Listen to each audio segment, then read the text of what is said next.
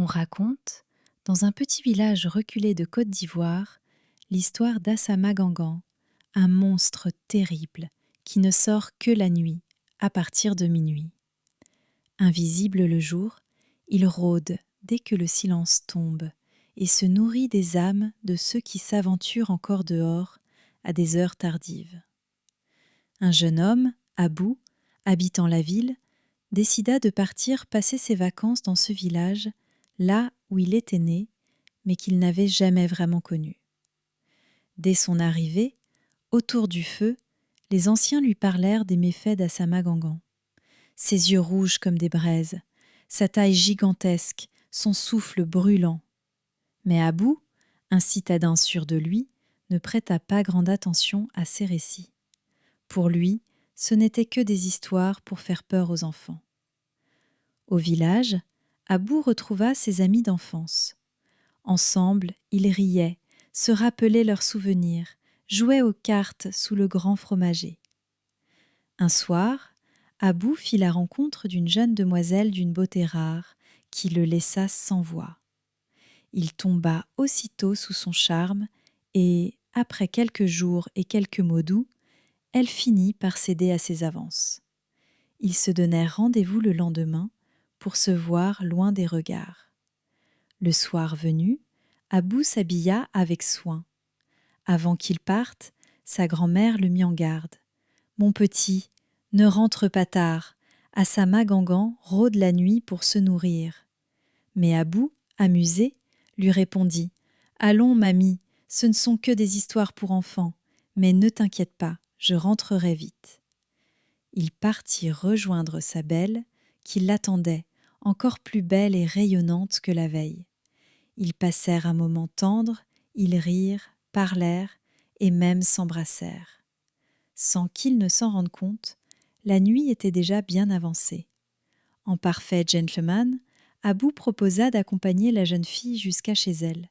Main dans la main, ils marchèrent, s'arrêtant parfois pour s'embrasser, jusqu'à arriver devant le portail de la demoiselle. Après un dernier baiser, Abou prit le chemin du retour, seul, dans une nuit à peine éclairée par la lune et quelques lampes au loin. Le cœur battant, il avançait d'un pas rapide, pressé de retrouver sa case. Mais, à mi-chemin, Abou entendit de lourds pas résonner derrière lui. Des pas énormes, lents et puissants. Pris de panique, il accéléra. Les pas derrière lui s'accélérèrent aussi. Il se mit alors à courir de toutes ses forces.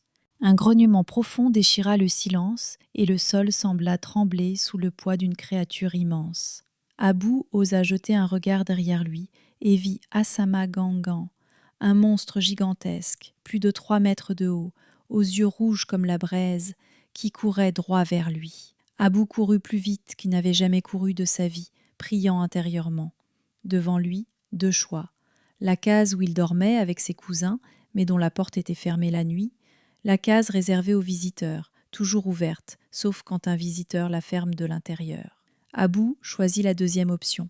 D'un bond, il se jeta contre la porte, entra et referma le crochet de l'intérieur. À peine refermé, il sentit le monstre tout près, grognant, faisant vibrer les murs de la case. Le souffle d'Assama Gangan brûlait presque la porte. La chaleur devint étouffante. Dehors, les chiens aboyaient sans cesse, comme pour le prévenir du danger. Abou, en larmes, pria comme jamais, regrettant de ne pas avoir écouté sa grand-mère. La chaleur devint si forte qu'il finit par s'évanouir. Au petit matin, il fut réveillé en sursaut par ses cousins, intrigués de le trouver dans la case des visiteurs. « Tu as donc concrétisé cette nuit ? Pourquoi tu n'es pas rentré ?» Abou raconta tout ce qui s'était passé. Certains le crurent, d'autres rirent doucement, pensant qu'il avait trop bu ou trop rêvé. Mais depuis ce jour, plus jamais Abou ne sortit après 21 heures. Même pour aller uriner, il restait à l'intérieur, repensant toujours à cette nuit où il croisa Assama Gangan, le dévoreur d'âmes.